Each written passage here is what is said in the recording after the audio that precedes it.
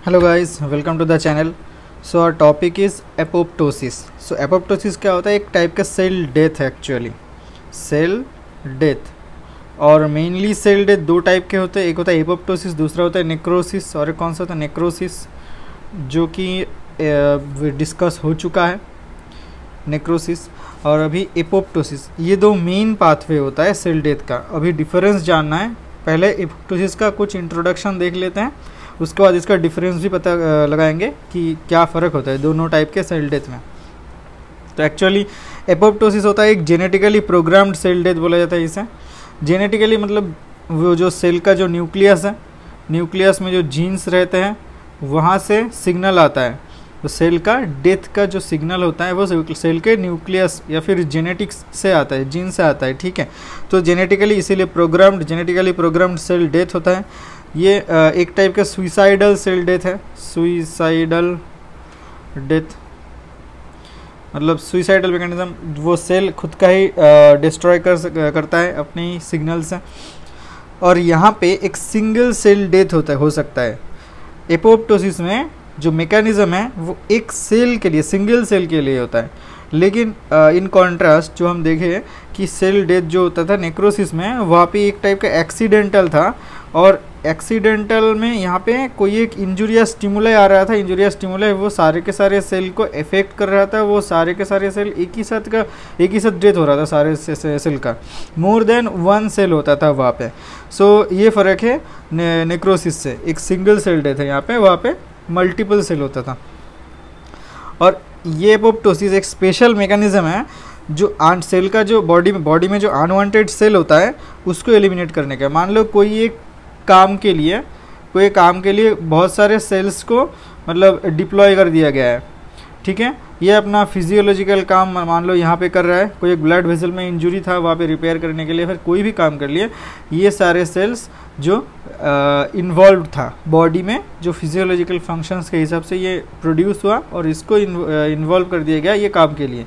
लेकिन अगर काम हो जाता है, जब तक नहीं हो रहा तब तक तो ठीक है काम कर रहा है, लेकिन अगर काम हो गया तो इसका भी कोई ज़रूरत नहीं होगा जो सेल एक्स्ट्रा प्रोड्यूस हुआ था इस काम के लिए।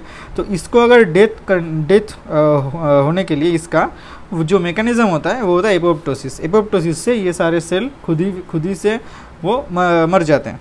Okay, so this is a mechanism to eliminate unwanted cells. और ये बहुत फिजियोलॉजिकल भी हो सकता है और पैथोलॉजिकल भी हो सकता है। पहले सेल इंजरी के डिस्कशन में देखे थे, एकदम इंट्रोडक्शन के सेल इंजरी के इंट्रोडक्शन में देखे थे। क्या होता था फिजियोलॉजिकल का एग्जांपल, जैसे ऑर्गेनोजेनेसिस के टाइम पे बहुत सारे ऐसे स्ट्रक्चर्स होते हैं जो ज़रूरत होता है, लेकिन जैसे जैसे टाइम बढ़ता जाता है, बॉडी डेवलप होता जाता है, उसका ज़रूरत नहीं होता है और उसका खुद से डिस्ट्रॉय होना मतलब उसका एलिमिनेट करना ज़रूरी होता है। जैसे नोटोकॉर्ड, थायरोग्लॉसल डक्ट, ये दो टाइप के ऐसे कुछ स्ट्रक्चर्स है जो एम्ब्रायोजेनेसिस के टाइम पे फॉर्म होता है, लेकिन बाद में वो एपोप्टोसिस के थ्रू इसका डिस्ट्रॉय हो जाता है।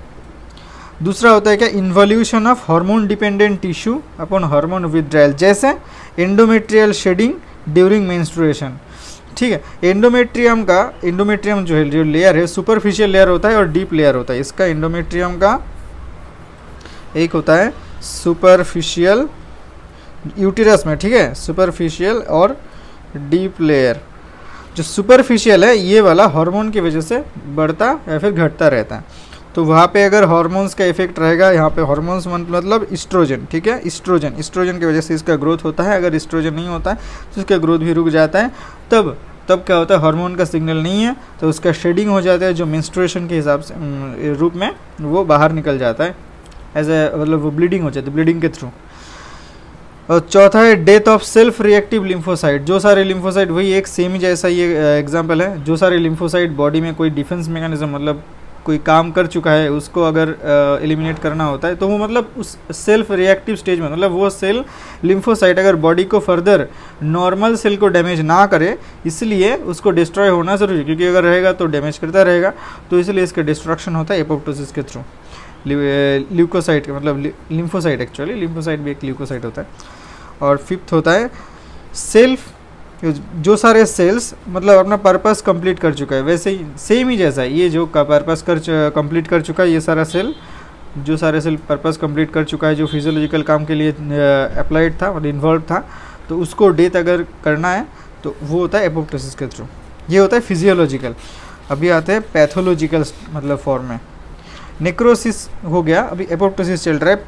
एपोप्टोसिस का पैथोलॉजिकल मोस्ट इंपॉर्टेंट क्या है, जो डीएनए डैमेज और मिसफोल्डेड प्रोटीन डिजीज़।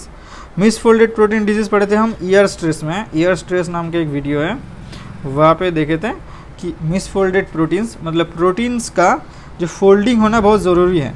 प्रोटीन पहले फोल्डिंग होता है और इसी के बाद ही मतलब फोल्डिंग के बाद ही वो मैच्योर प्रोटीन होता है, जिसे फिजियोलॉजिकल फंक्शन प्ले करना होता है, मतलब फिजियोलॉजिकल फंक्शन को मतलब वो निभाना पड़ता है, ठीक है।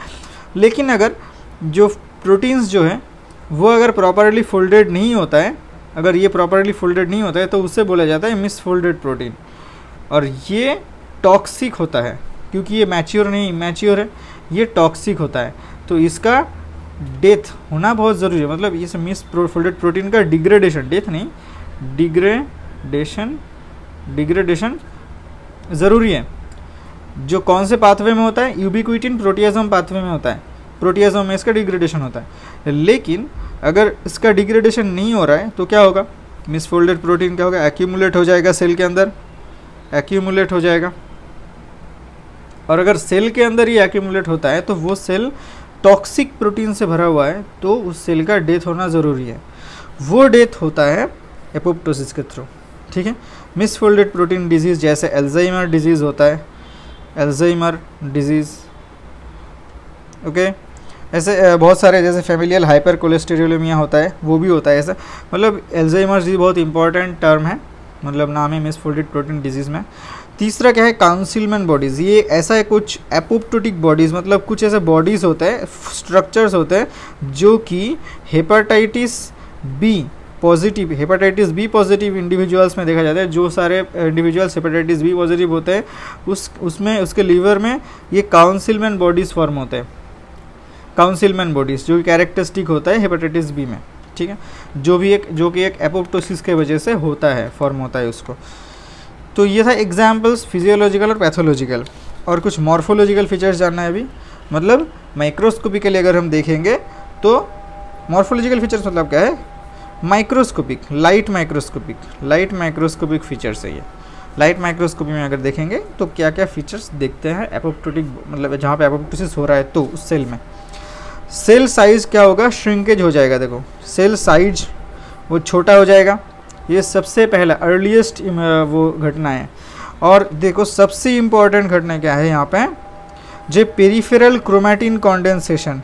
ये जो है पेरिफेरल क्रोमैटिन कॉन्डेंसेशन, ये होता है मोस्ट कैरेक्टरिस्टिक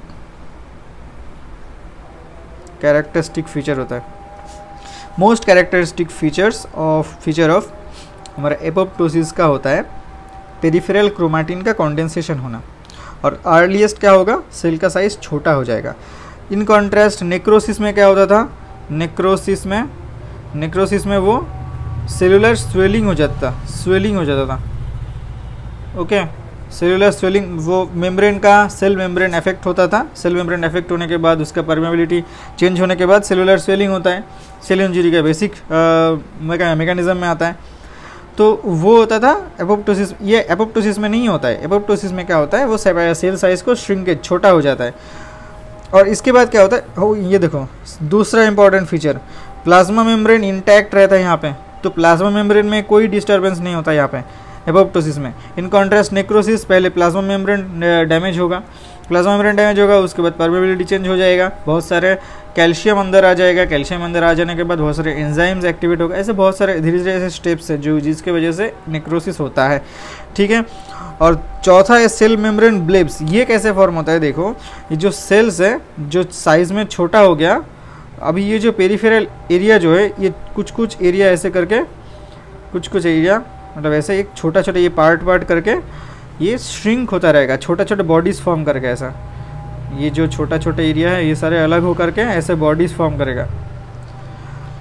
देखो ये जो एरिया है इसको बाद में मतलब ऐसे ये थोड़ा आउटवर्ड अपीयरेंस में थोड़ा ब्लेब्स जैसे दिखेगा। इसके बाद निकलने से पहले ये थोड़ा ब्लेब्स जैसे दिखाएगा, उसके बाद ये अलग हो जाएगा। ठीक है, तो प्लाज्मा मेम्ब्रेन पहले क्या होगा, एक ब्लेब टाइप का फॉर्म करेगा कुछ लोकल एरिया में, कुछ छोटे छोटा एरिया में। उसका ब्लेब्स वो बाद में क्या होगा, वो डिसइंटीग्रेट करेगा। डिसइंटीग्रेट करने के बाद ये जो बॉडीज़ है एक एक को बोला जाता है एपोप्टोटिक बॉडीज़। एपोप्टोटिक बॉडीज़, ये ऐसे एपोप्टोटिक बॉडीज़ फॉर्म करेगा। ओके, तो ये मॉर्फोलॉजिकल फीचर्स है। और सबसे इम्पॉर्टेंट अभी ये है नेक्रोसिस और एपोप्टोसिस, जो कि एक सेल डेथ पाथवे, दो सेल डेथ पाथवे है। इसका मेन डिफरेंस क्या होता है, दोनों ही सेल डेथ पाथवे है, सेल डेथ, लेकिन फ़र्क है बहुत इन दोनों में। देखो पहले डेफिनेशन नहीं, एक्चुअली मैकेनिज्म एक टाइप का। नेक्रोसिस में क्या होता है, एक एंजाइमेटिक प्रोसेस होता है जो जिससे क्या होता है, पस फॉर्म होता है। देखो पस मोस्ट कॉमन मतलब जो क्लिनिकल साइन होता है जो यहाँ पे नेक्रोसिस में हम देखते हैं, इन्फेक्शन हुआ उसके बाद पस फॉर्म हुआ, वो एक टाइप का वहाँ पे नेक्रोसिस हुआ था, वो एक साइन है। ठीक है, और या फिर एंजाइमेटिक भी हो सकता है या फिर इश्केमिक, जिसकी वजह से प्रोटीन डीनेचुरेशन होगा। ठीक है, प्रोटीन डीनेचुरेशन, क्योंकि मैकेनिज्म में देखे थे नेक्रोसिस के, वहाँ पे क्या था, एक तो ऑक्सीडेटिव मतलब जो डीनेचुरेशन ऑफ प्रोटीन होता है, और दूसरा क्या होता है एंजाइमेटिक डाइजेशन ऑफ सेल्स होता है। ठीक है, ये दोनों। एपोप्टोसिस में क्या होता है, ये जेनेटिकली प्रोग्राम्ड सेल डेथ है।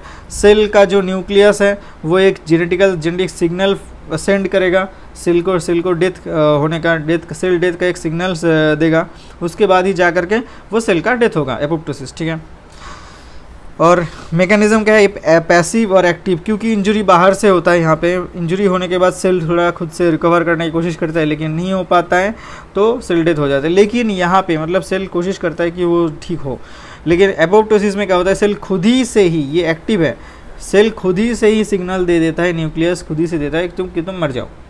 ओके, तो एक एक्टिव प्रोसेस है। और number of cells involve, group of cells, यहाँ पे सिंगल सेल्स एपोप्टोसिस में अभी देखें कि सिंगल सेल डेथ हो सकता है यहाँ पे, लेकिन यहाँ पे ग्रुप ऑफ सेल, बहुत सारे सेल्स एक साथ डेथ होता है नेक्रोसिस में। मतलब एपोप्टोसिस में बहुत सारे सेल्स भी डेथ हो सकता है, सिंगल और मल्टीपल, लेकिन जो नेक्रोसिस है यहाँ पे हमेशा group of cell, single cell death नहीं होगा, हमेशा ग्रुप ऑफ सेल डेथ होता है।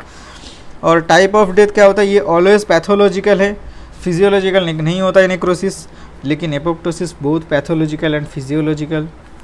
सेल साइज यहाँ पे इंक्रीज करते हैं, सेलुलर स्वेलिंग होता है नेक्रोसिस में, एपोप्टोसिस में सेल साइज श्रिंकेज होता है सेल साइज।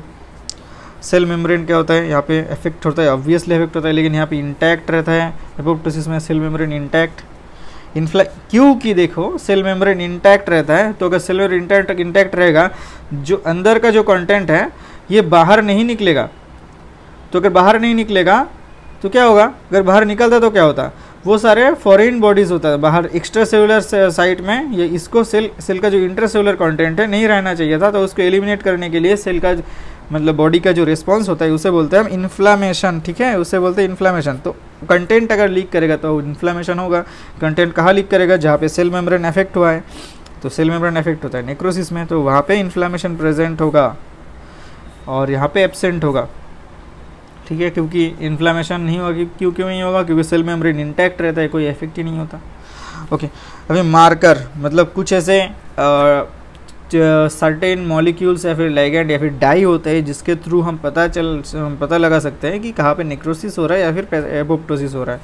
बाद में जानेंगे कि एपोप्टोसिस में होता है एनेक्सिन 5 नाम के एक मार्कर। ठीक है, क्यों कैसे होता है वो एपोप्टोसिस के एकदम लास्ट स्टेज में जानेंगे, मतलब जब उसका मैकेनिज्म पढ़ेंगे एपोप्टोसिस के नेक्स्ट वीडियो में पढ़ेंगे एपोप्टोसिस का मैकेनिज्म, वहाँ पे पता लगाएंगे कि कैसे एनेक्सिन 5 लाइगेंड मार्कर यूज़ करके हम एपोप्टोसिस को मतलब कहाँ हो रहा है उसे मार्क कर सकते हैं। और पेज मतलब क्या है, पॉली एक्राइलामाइड जेल इलेक्ट्रोफोरेसिस। यहाँ पे क्या होता है, स्मीयर पैटर्न होता है, और यहाँ पे स्टेप लैडर पैटर्न होता है। ये एक डीएनए सीक्वेंसिंग का एक प्रोसीड्यूर है, डीएनए सीक्वेंसिंग होता है। यहाँ पे जहाँ पे स्मीयर पैटर्न में डीएनए सीक्वेंस होता है और यहाँ पे स्टेप लैडर, ये यहाँ पे बस अभी रट्टा मार लो। अभी जब एपोप्टोसिस का मैकेनिज्म पढ़ेंगे नेक्स्ट वीडियो में तब पता चलेगा कि ये क्यों स्टेप लैडर पैटर्न होता है और यहाँ पे क्यों स्मीयर पैटर्न होता है नेक्रोसिस में। तो मिलते हैं नेक्स्ट वीडियो में, टिल देन गुड बाय।